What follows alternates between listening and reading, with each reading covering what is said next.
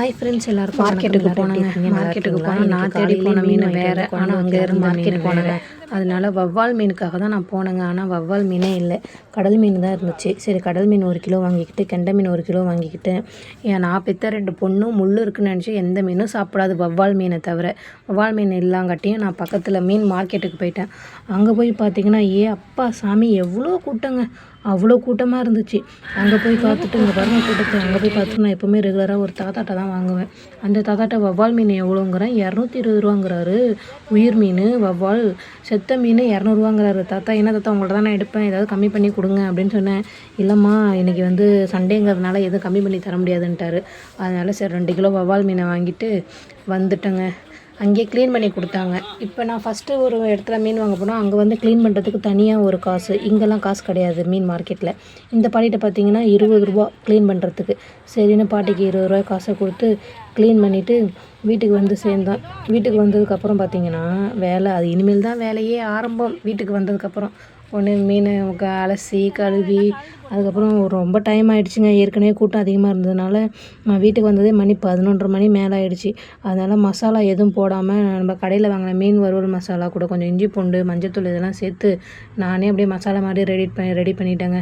Ready பண்ணி நானே மசாலா எப்பவுமே அரைச்சி போடுவேன், மிளகு ஜீரகம் எல்லாம். இன்றைக்கி ரொம்ப டைம் ஆகிடுச்சி. பசங்க வேறு பசிக்குதுனாங்களா. அதனால் கடையில் வாங்கின மீன் வறுவல் மசாலா பாக்கெட்டை வாங்கி கொஞ்சோண்டு இஞ்சி பூண்டு மஞ்சத்தூள் போட்டு நல்லா பிசைஞ்சி மீனை வறுக்க ஸ்டார்ட் பண்ணிட்டேங்க. ஏன்னா இது நம்ம கொஞ்சம் கெட்டியாக நம்ம பிசைஞ்சிக்கணும். தண்ணியாக பிசைஞ்சோம்னா ஏற்கனவே மீனே கொஞ்சம் தண்ணி விடும். அதனால் கொஞ்சம் கெட்டியாக பிசைஞ்சிக்கிட்டேன். கெட்டியாக பிசைஞ்சி எப்போ பிசையக்குள்ளே கை எரிச்சல் தாங்க முடியல. சரி என்னடா பண்ணுறது, அப்புறம் நம்ம பிசைஞ்சி தானே ஆகணும்னு பிசைஞ்சி முடிச்சுட்டு ஒரு மீனாக பிசைஞ்சி இப்படி தாங்க நான் எப்போவுமே பிசைவேன். நான் பிசைகிற மாதிரி கொஞ்சம் கமெண்டில் சொல்லுங்கள். நல்லா பிசைஞ்சிட்டு கொஞ்சம் நேரம் ஊற வச்சுட்டேங்க. பயங்கர தலைவலி கூட்டங்கிறதுனால. அது இல்லாமல் அந்த பாட்டிகிட்ட வேறு மீன் ஆயறதுக்கு வேறு அவ்வளோ நேரம். அதனால் தலைவலியே வந்துருச்சு. அதனால் என்ன பண்ணுறது தெரியாமல் அப்புறம் பால் வாங்கிட்டு வர சொன்னேன் எங்கள் வீட்டுக்காரங்கள. அப்புறம் பால் வாங்கிட்டு வந்து கொடுத்தாங்க. பாலை வாங்கி டீயை போட்டு நல்லா ஸ்ட்ராங்காக குடித்ததுக்கப்புறம் தாங்க தலைவலி விட்டுச்சு. இது 1/4 லிட்டர் பாக்கெட் பால் தான். ஏன்னா பசும்பால் எப்போவுமே காலைல வாங்குவோம், இன்றைக்கி வாங்கலை.